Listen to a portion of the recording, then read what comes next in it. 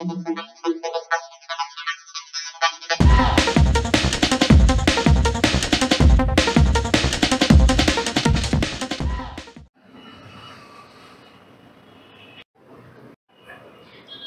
Friends, welcome to Ushni Shaldar blog.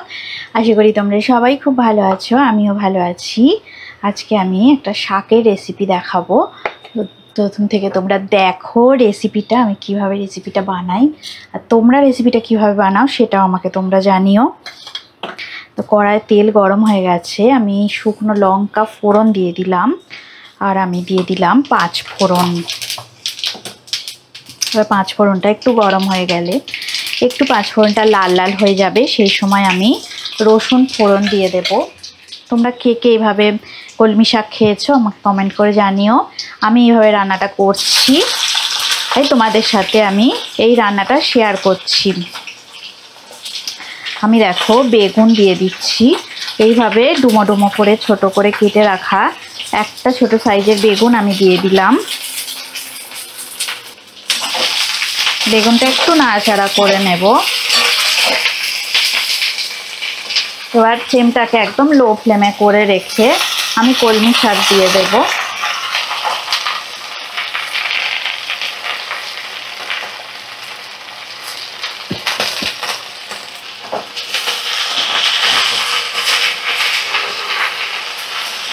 এইভাবে রসুন ফোড়ন দিয়ে যারা রান্না করনি কোনো সময় করে দেখো, এরকম ভাবে আমার মতন করে দেখো, তোমাদের দারুণ লাগবে।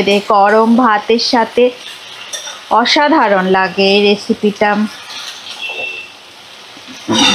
একটু নাড়াচাড়া করে নিলাম আমি। এবার আমি সামান্য একটু নুন দিয়ে দেব। নুন দিয়ে ভালো করে নুনটাকে মিশিয়ে নিয়ে আমি এটা একটু ঢাকা দিয়ে রেখে দেব। ফ্লেমটাকে একদম লো ফ্লেমে করে শাক দিয়ে বেগুনটা রান্না করতে হবে।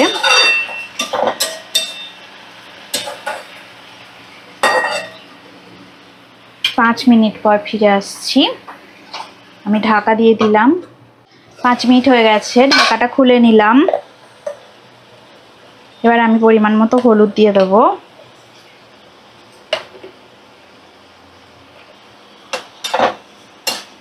হলুদটা শাকের সাথে একটু মিশিয়ে নেব। শাকটা একটু সেদ্ধ হতে বাকি আছে, আর একটু রান্নাটা হবে।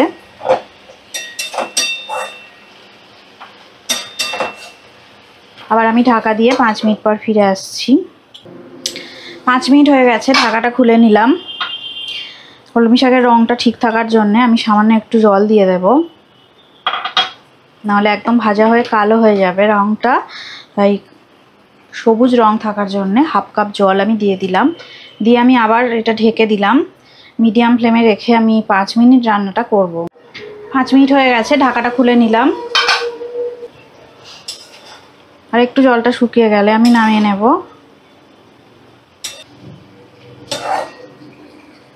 গ্যাসের ফ্লেমটা অফ করে দিলাম। রান্নাটা আমি সার্ভ করে দেব।